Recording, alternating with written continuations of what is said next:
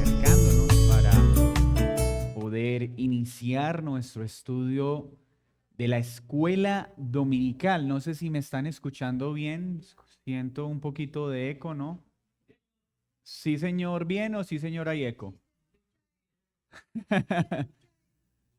Mis hermanos, hay como un pequeño eco para que vayan mirándolo mientras tanto. ¿Qué tal les fue esta semana que terminó? Bien. Ah, bueno. ¿Y expectantes para esta semana que inicia? Sí. Amén. Me alegra muchísimo. Vamos entonces a orar. Vamos a poner este tiempo en las manos de nuestro buen, precioso y glorioso Dios.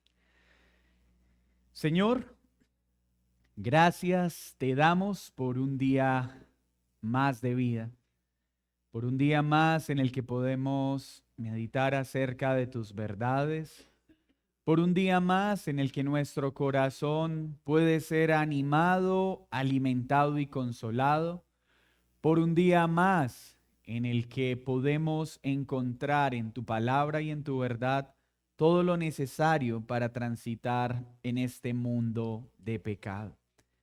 Gracias, Señor, por cada persona que esta mañana ha dispuesto su corazón para oírte, para aprender de ti, para deleitarse en tu presencia. Y esa es nuestra oración, Señor, que hoy tu presencia nos acompañe, que hoy tu presencia nos asiste, a que hoy tu presencia nos dirija. Gracias, Señor. Gracias, Dios, por esta mañana. Y gracias, Dios, por proveer alimento a través de las Escrituras. En el nombre de Jesús, amén y amén. Bueno, familia amada, vamos a continuar entonces con el estudio que venimos realizando del libro Cambios Profundos, un libro muy, pero muy recomendado para todos.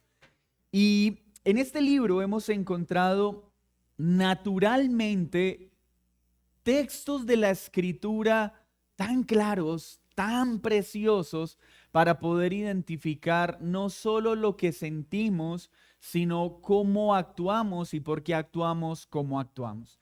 Y creo que es bueno estar recordando que estos libros son muy útiles para conocer el por qué hacemos lo que hacemos, qué nos motiva a hacer lo que hacemos y cómo verdaderamente poder glorificar a Dios. Nunca debemos pretender asumir que esto vamos a poder lograrlo de manera perfecta y absoluta en este lado de la eternidad. Es decir, no va a haber un solo momento en que alguien diga, ya terminé de hacer cambios profundos en mi corazón. Hermanos, entre más empezamos a trabajar con la raíz de nuestro pecado, más nos vamos a dar cuenta que hay más y más y más que tratar. Entonces también quiero dejar en la mente de ustedes una idea correcta y no romántica de la santificación. A medida que vamos avanzando, vamos creciendo en la comprensión de quién es Dios y vamos encontrando los elementos necesarios para tratar con nuestro pecado. Pero en este lado de la eternidad, nunca dejaremos de ser pecadores que cada día quieren ser como Cristo. Nunca dejaremos de estar lidiando con un pecado que quiere apartarnos de Dios. Pero en Dios tenemos todo lo necesario para nunca dejar de mortificar ese enemigo, para mantenerlo a raya y poder caminar de tal forma que cada día nuestra vida refleje más a quién, a Cristo. Hoy vamos a ver entonces el capítulo 7 de nuestro estudio, que tiene como título Cuando descubro la belleza de la cruz de Cristo. Hemos visto ya durante el estudio que definitivamente el amor hacia algo está directamente relacionado con el amor, el fervor, cuán atraídos somos por ese algo. Y el autor en este capítulo se centra para enseñarnos entonces qué es verdaderamente un cambio profundo, cómo se logra un cambio profundo, un cambio que todos necesitamos. Y quiero hacer una nota importante.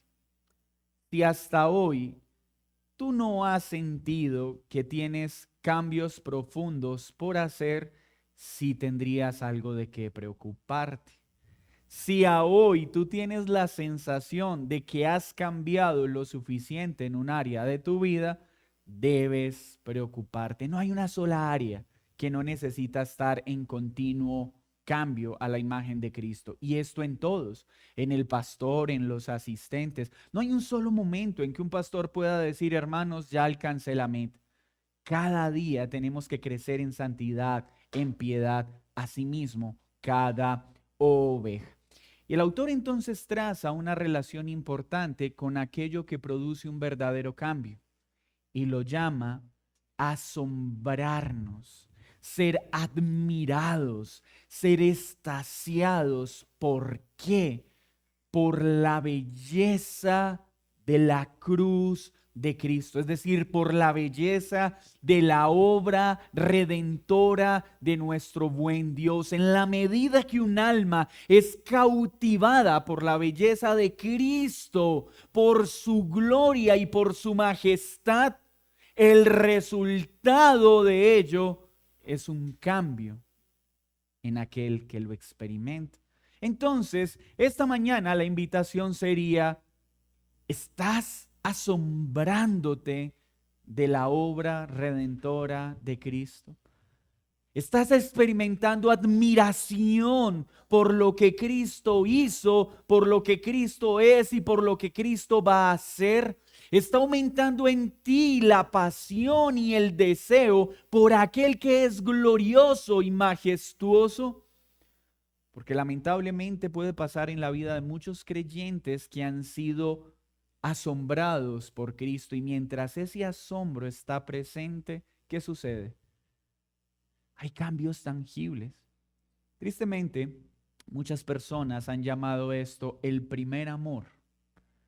Ay, es que estás tan asombrado con la verdad que estás en el primer amor. ¿Y qué se le atribuye ese famoso primer amor? Y entonces quieres hablar a toda hora de Jesús, quieres predicarle a todo el mundo de Jesús, quieres escribirle cartas a todo el mundo, pero no te preocupes que ese primer amor madura y va a haber un momento donde esas cosas van a quedar atrás. ¿Será eso cierto? ¿Esas cosas son parte de la primera etapa de un creyente? Y la respuesta es no. Ese actuar es el resultado del asombro, del maravillarnos ante quién es Cristo y la necesidad de compartir esa realidad a la que ahora estamos ingresando a otros que estaban en igualdad de condiciones que nosotros, muertos y delitos y pecados. Pero con el pasar del tiempo, ese asombro en muchos comienza a menguar. La vida cristiana empieza a convertirse en un conjunto de rutinas mecánicas sin gozo y deleite. Empieza a convertirse en el cumplimiento obligatorio de ciertos rituales o actividades que ya no cautivan mi corazón. Ya ir a la iglesia o no ir a la iglesia puede ser igual. Si falto o no falto, mi alma no experimenta ausencia de su presencia. Si evangelizo o no evangelizo, hay tranquilidad en mi alma. Si alguien está a punto de morir y no le hablo, pues bueno, el Señor es soberano y Él sabrá si Él tiene vida eterna o no. Cuando el asombro de Cristo empieza a menguar en una vida, la vida cristiana se convierte en un conjunto de rituales que no transforma a quien los practica. Pero cuando es el asombro lo que gobierna, es mi admiración por lo que Cristo es mi admiración por lo que Él hace, mi alma responde con la necesidad de predicarle a otros, con la necesidad de tener comunión con el cuerpo de Cristo, con la necesidad de servir al cuerpo de Cristo, con la necesidad de conocer más de lo que Él es. No sé si ustedes han observado esto o aquellos que han tenido experiencia con los niños. ¿Qué sucede en un niño cuando prueba por primera vez el dulce? Eso despierta algo que ni la papilla, ni la sopita de coliflor, de brócoli, ni las cremitas. No, no. Eso produce en el niño un interés altísimo. Y luego el niño quiere más. Y usted ha visto un pequeño niño en promedio que diga, papá, no quiero probar más dulces. Y cuando el niño entra a la tienda, él está buscando ¿qué? Un nuevo dulce. Este ya lo probé, este ya lo probé. Papá, este dulce es nuevo, quiero saber. ¿Y cómo se ponen los ojos del niño cuando entra a la tienda? No, no sé a ustedes qué les pasó la primera vez que mis hijos vieron en el centro comercial esas caseticas que venden gomitas por pesaje. Ellos quedaron paralizados. Papá, mira, culebritas, delfines, tantas formas, tantos sabores. Hijos, vamos. Ah, papá, no, hijo, no, préstame, yo luego te pago. ¿Eso qué evidencia? El asombro, la alegría de ver algo que para ellos era nuevo, que ya habían saboreado levemente, porque ellos ya conocían un poco del dulce, pero no habían visto tal mundo de posibilidades.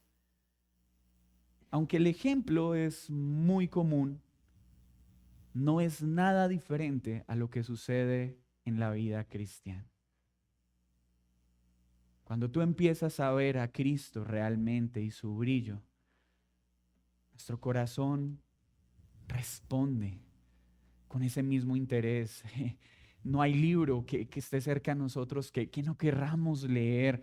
No hay pasaje de la Escritura en el que no querramos detenernos. No hay persona que pase a nuestro lado y se salve de que le hablemos de Cristo.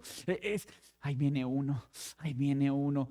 El Señor que me va a arreglar la lavadora. Gracias, Señor, por enviarme a alguien a quien voy a poder predicarle, porque Él no se va a ir hasta que le pague. Y es ese deleite, es esa alegría. ¿Por qué? Por el asombro de mi Salvador, por la belleza de mi Redentor. Entonces, si queremos tener un cambio en nuestra vida, el cambio empieza pasando tiempo en contemplarlo a Él. Pero cuando decimos contemplarlo, no estamos hablando de una acción contemplativa y mística en la que te encierras en una habitación o te vas a lo alto de una montaña para poder contemplarlo. La contemplación bíblica no es aislarme simplemente. La contemplación verdadera de Dios es contemplarlo a través de la palabra. Es ir a la escritura y ver lo que Él ha hecho, ver lo que Él es, ver la forma en cómo Él me ha amado, ver la forma en la que Él me ha salvado, ver la forma en la que Él está operando. Cuando yo empiezo a ver esos elementos, es donde verdaderamente está mi asombro. Muchas personas tienen la tendencia a apartarse y a tener largas jornadas de oración. Hermano, la oración es un medio de gracia, pero la oración que no es gobernada por la Escritura es simple emocionalismo. Esa oración no transforma una vida.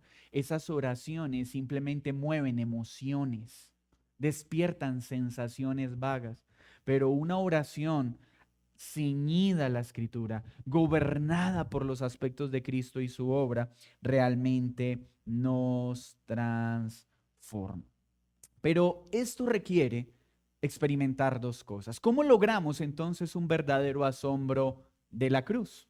¿Cómo logramos maravillarnos con la obra redentora de Cristo? Y algunos ponen un ejemplo bastante interesante.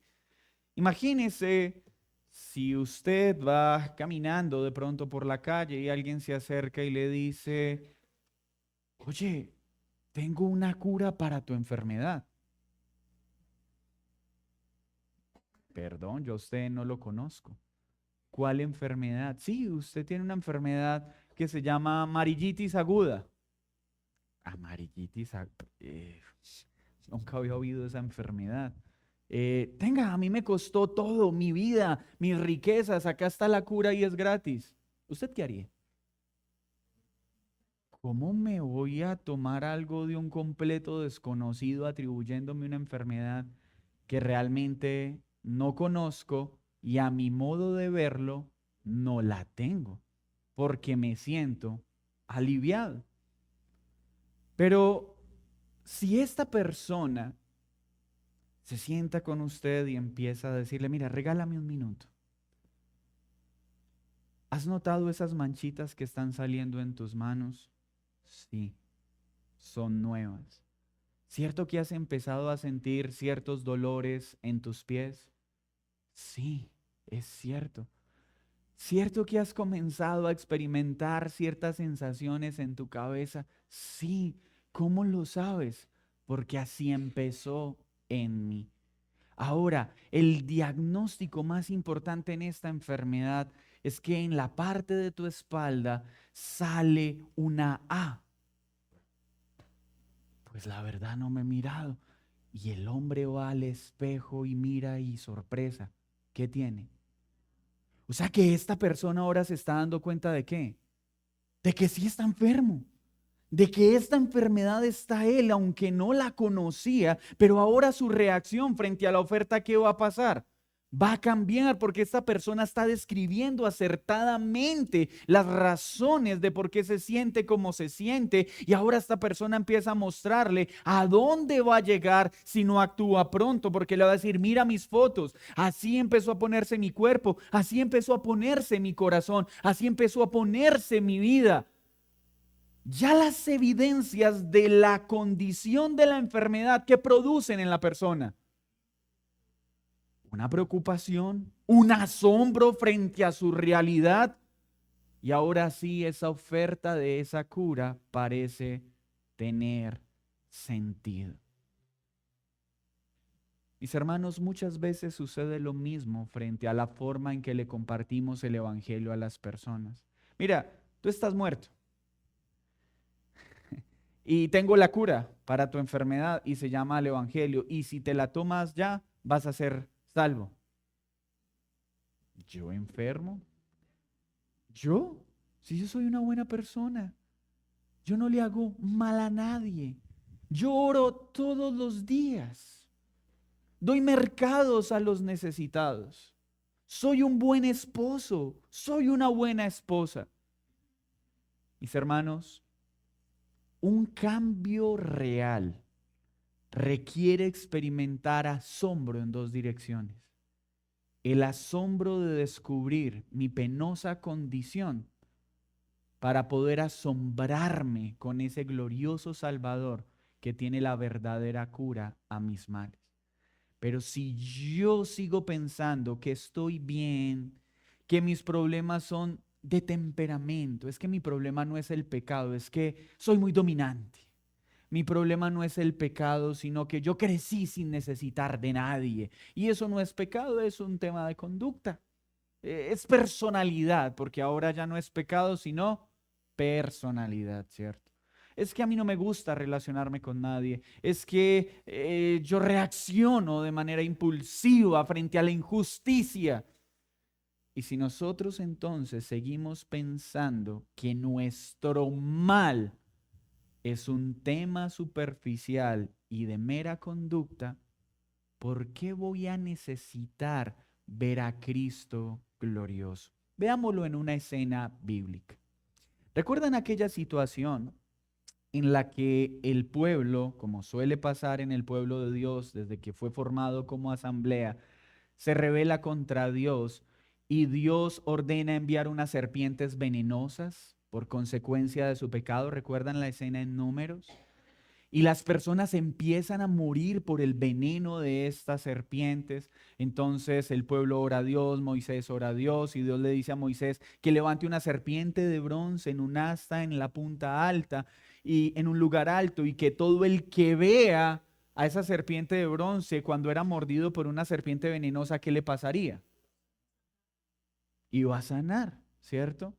Entonces, imagínense alguna persona que no estuvo en la instrucción pública cuando Moisés reúne al pueblo y les dice: hermanos, hay unas serpientes venenosas por causa de nuestro pecado que está matando a nuestro pueblo, pero Dios ha enviado una muestra de su misericordia, y todo aquel que sea mordido por esa serpiente, cuando mire la serpiente de bronce, se salvará. Pero resulta que no faltaba el que ese día le cogió la tarde para levantarse, no le sonó el despertador y no estuvo en la explicación de Moisés, y de pronto va caminando: ay, ve, esa serpiente de bronce, tacaños, porque no la habrán hecho de oro al menos. Y no tiene ni idea para qué fue puesta esa serpiente de bronce. ¿Qué efecto va a producir eso en la persona? Una serpiente, un asta, ve, yo la hubiera hecho de otro color. Tal vez de otra forma, le hubieran enroscado un poquito más la cola, hubiera escogido otro tipo de serpiente, ¿cierto? No hubiera pasado de ahí. Pero para los que escucharon la enseñanza, ¿esa serpiente tenía valor? Sí, pero ahora imagínese el valor que esa serpiente de bronce tendría para una persona que, alejándose aproximadamente 1 kilómetro, es mordido por una serpiente venenosa. ¿Qué va a pasar en la mente de esa persona? Acabo de ser mordido, ¿y qué va a pasar? Voy a morir, ¿qué necesito hacer? Correr, o bueno, voy a ir primero a terminar de hacer las diligencias porque mi esposa me mandó a mercar, o ¿qué pasaría en una persona en una situación como esa? Correría desesperadamente. ¿Hacia dónde? Hacia el asta con la serpiente de bronce para poder ser, ¿qué? Salvado. Y una vez logra ver la serpiente de bronce, una vez logra verla, experimentar cómo su cuerpo es sanado, a partir de ese momento, para esa persona, ¿qué valor cobraría esa asta con la serpiente de bronce? Aquella persona que no escuchó la enseñanza dice: eso no tiene ningún valor para mí. ¿Qué le diría a esta persona que fue sanada? ¿Cómo te atreves a decir eso? No tienes ni idea de lo que estás diciendo. ¿Cómo te atreves a decir que no te gusta porque tiene un color que no es de acuerdo a los que a ti te gustan? Escúchame muy bien, mi vida se salvó por esa serpiente. Entendiendo obviamente que era la provisión que Dios había dado, ¿cierto? Lo mismo pasa entonces con el Evangelio. Hasta que una persona no es consciente de que el pecado es un veneno que conduce al infierno, y que la única forma de ser librados de ese veneno es Cristo, que fue levantado en el Calvario de una forma mayor que la serpiente de bronce, para que todo el que lo mire y crea en él será salvo, Cristo no va a tener ninguna relevancia.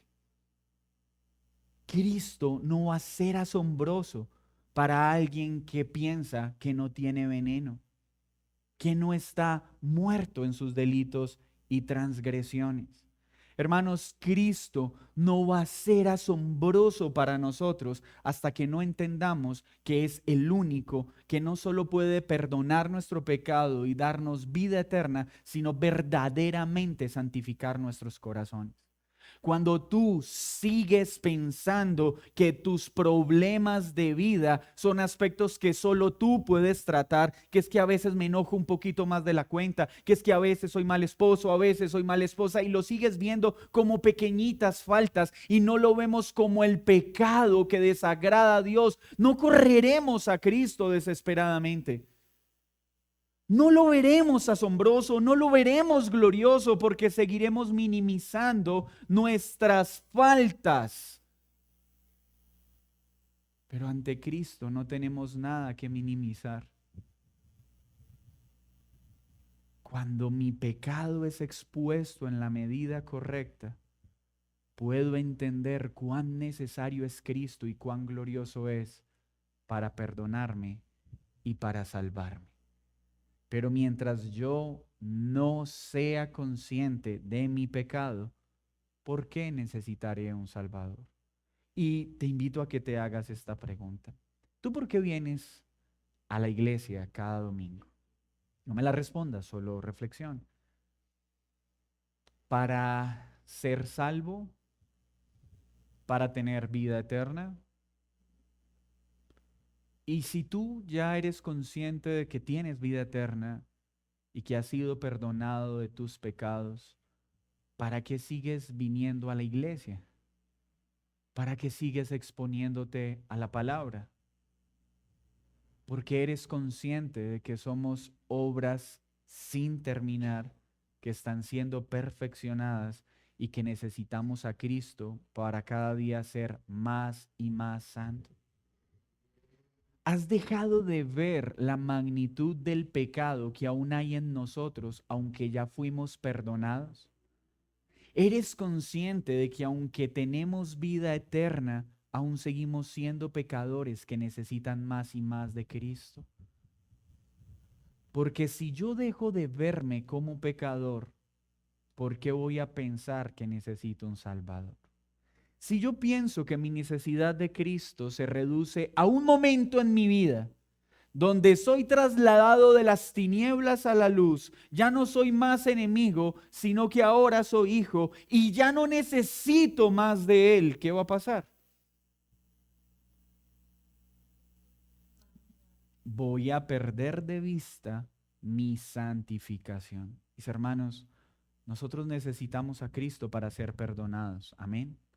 Necesitamos a Cristo para ser salvados, pero necesitamos a Cristo para seguir siendo santificados, porque todos nosotros somos pecadores que estamos siendo formados a la imagen de Cristo.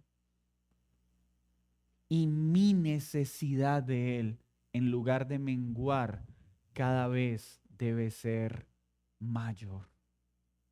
Cada vez debe aumentar en mí el deseo de conocerle, porque cada vez soy más consciente de mi pecado. Entre más me acerco a la luz, más, ¿qué va a pasar?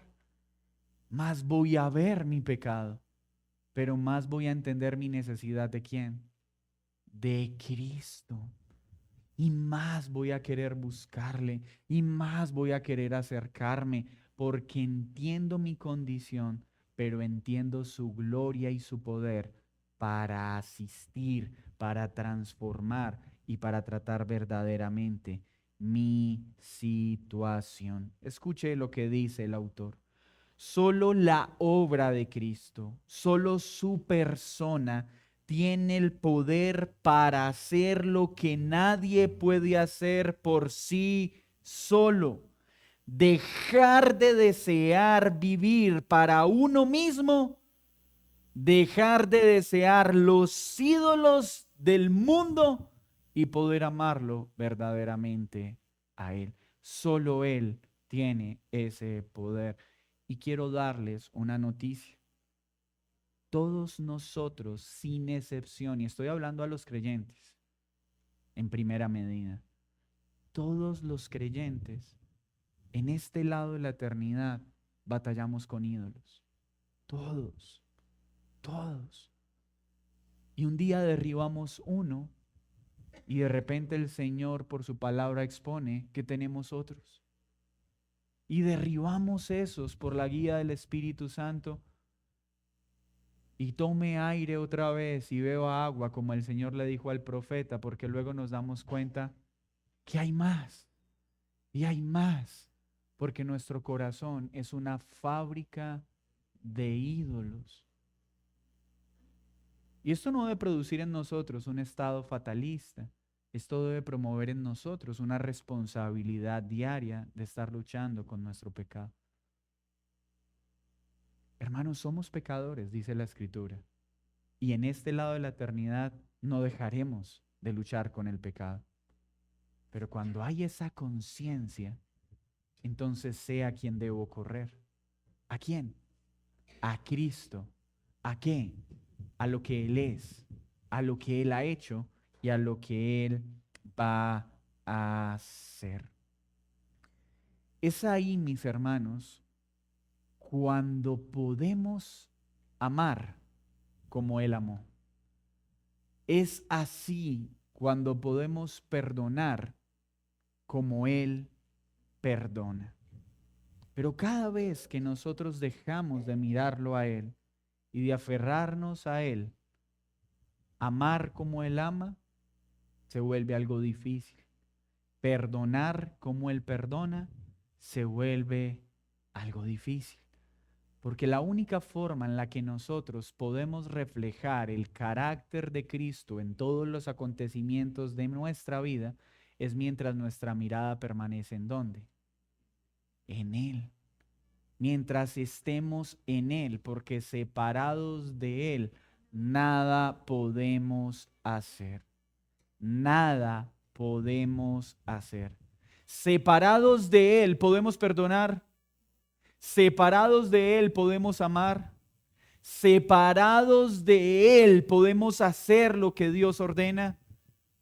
Separados de Él podemos dejar de hacer el mal que Él nos ordena que abandonemos. No, o sea que la conclusión vuelve a ser la misma. Una vida que necesita tener cambios profundos es una vida que necesita permanecer en Él, vivir para Él. Y en este lado de la eternidad es una tensión en la vida cristiana que nunca se solucionará. No va a haber un solo momento en el que tú y yo podamos decir, estoy bien. No me he apartado un solo instante de Él.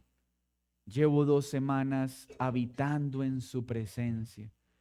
Llevo 2 semanas siendo el esposo que debo ser, el padre que debo ser, el hijo que debo ser, el trabajador que debo ser. ¿Saben cuándo vamos a poder decir esto en el lado de la eternidad en el que nos encontramos? Nunca podremos decir, Señor, gracias porque estoy viendo tu gloria obrando en mi vida y no soy lo que era antes. Gracias. Pero Señor, ¿cuánto me falta aún para ser lo que debo ser? Pero gracias porque tú eres quien me ha sacado de allá y así como ya no soy lo que era antes, ahora miro adelante con fe y esperanza de que la obra que empezaste no quedará inconclusa y me llevarás allá. Pero nunca va a haber un momento en el que podamos decir, soy impecable, a menos que lo entendamos por la impecabilidad de Cristo que nos ha sido imputada por gracia, para que cuando el Padre nos mire, nos vea como si viera a Cristo. Entonces esto nos lleva a entender otro punto importante.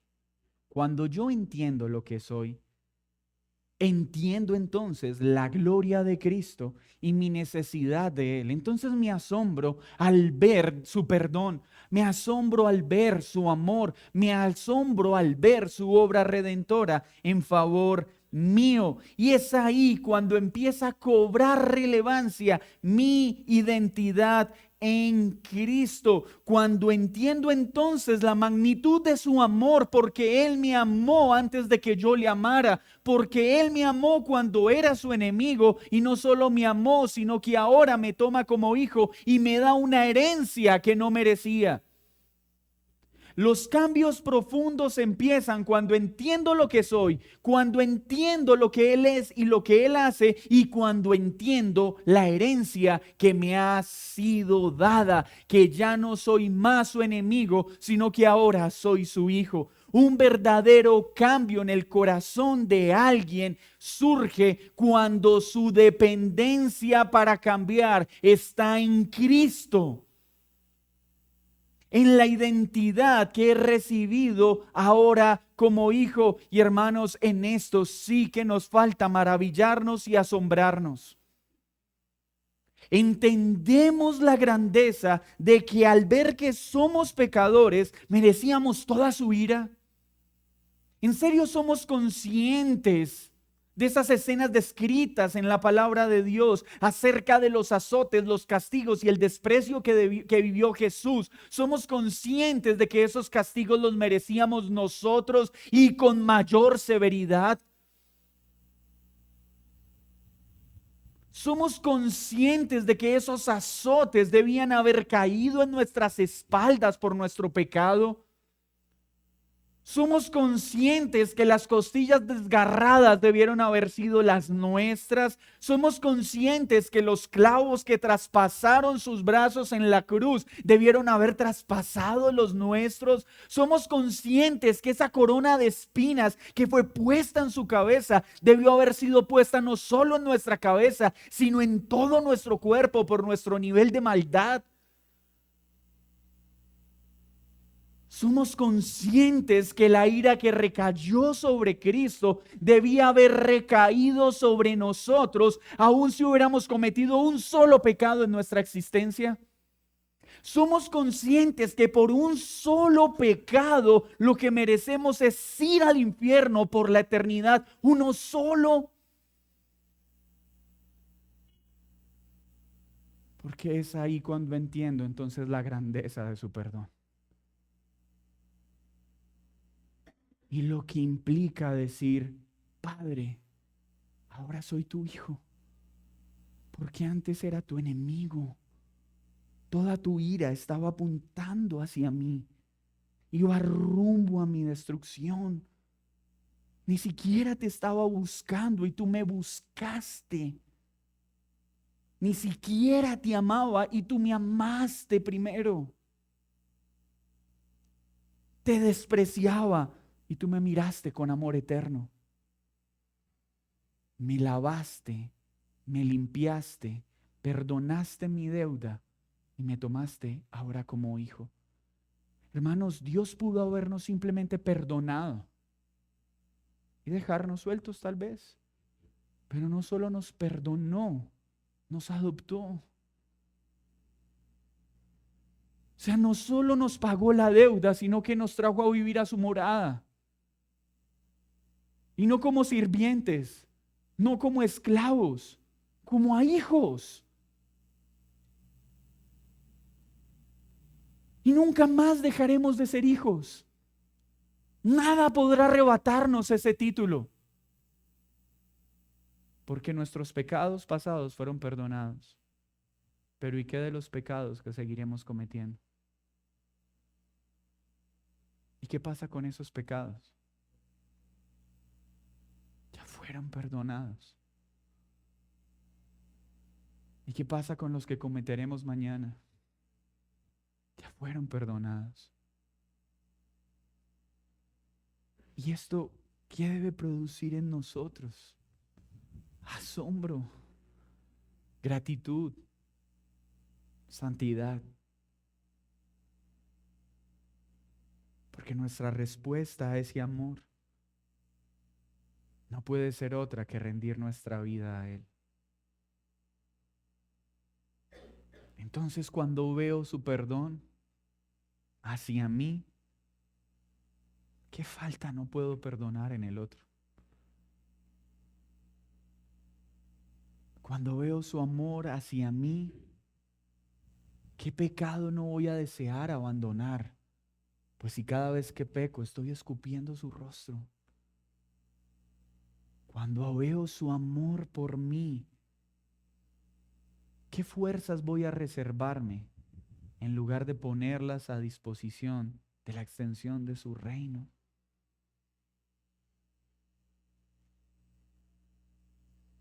Pero si yo no veo mi condición y no veo su amor, ¿por qué entenderé las delicias de su herencia? Hermanos, me temo que hemos perdido de vista lo que significa decir soy hijo de Dios. Hemos perdido de vista lo que significa haber sido adoptados por Él. Hemos perdido de vista su gloriosa herencia. ¿Y saben qué significa que hemos sido adoptados por Él? Que ahora somos hijos. Que así como el Padre ama al Hijo, así nos ama a nosotros. Ese es el amor que tiene por nosotros. Y ese es el amor que tiene por cada uno de nuestros hermanos. Hermanos, cuidado. Porque si el amor de Dios no cambia por ninguno de sus hijos a pesar de los pecados de sus hijos, ¿quiénes somos nosotros para menospreciar a aquellos que Él ama? Porque el amor de Él por aquellos que toma como hijos nunca dejará de ser. Nunca habrá algo que hagamos aquellos que hemos sido adoptados como hijos que produzca que Dios nos ame menos. ¿Entiende eso? Pero nunca podremos hacer algo que haga que nos ame más de lo que ya nos amó. Pero a nosotros nos cuesta entender ese amor incondicional porque nuestro amor es condicional. Nosotros amamos de acuerdo a cómo nos tratan y dejamos de amar cuando ya no nos tratan como queremos. Por eso en las relaciones humanas del amor al odio hay un solo paso. Pero gloria a Dios que Dios no ama como amamos los hombres. Porque todos los días le damos razones a Dios para que dejara de amarnos. Todos los días. Pero Él es fiel a su naturaleza. Su amor es perfecto y su amor no está limitado a nuestra imperfección. ¿Quieres empezar a tener cambios profundos? Necesitas tener una plena comprensión de la penosa condición que tenemos. Necesitamos tener una comprensión de cuán glorioso es nuestro Dios, que nos ha salvado y nos ha librado de esta penosa condición en la que nos encontramos, pero que hemos recibido una preciosa herencia que es inmutable, que no cambia a pesar de que nosotros sí cambiamos. Y Él, una vez nos ha tomado como hijos, nunca nos abandonará. No habrá alguien que tenga el título de ex hijo de Dios. Mis hermanos, que el Señor nos ayude a caminar de esta forma, porque al entender su amor por mí y al entender el amor de Él por mis hermanos, mi relación con Dios va a cambiar, pero mi relación en lo vertical también va a cambiar. Cuando empezamos a tener dificultades para soportarnos los unos a los otros, es por una sola razón, porque dejamos de mirar a Dios, el amor de Dios sobre el hermano y el amor de Dios sobre mí, y empezamos a establecer demandas de las que no tenemos derecho. Pero si nosotros permanecemos en su amor, permanecemos en su perdón y en las verdades de su herencia, nuestro corazón crecerá en humildad, en gratitud y en obediencia. Amén. Mis hermanos, ¿alguna pregunta hasta acá? ¿Algún aporte? Mi hermano. 500 de volumen, porfa.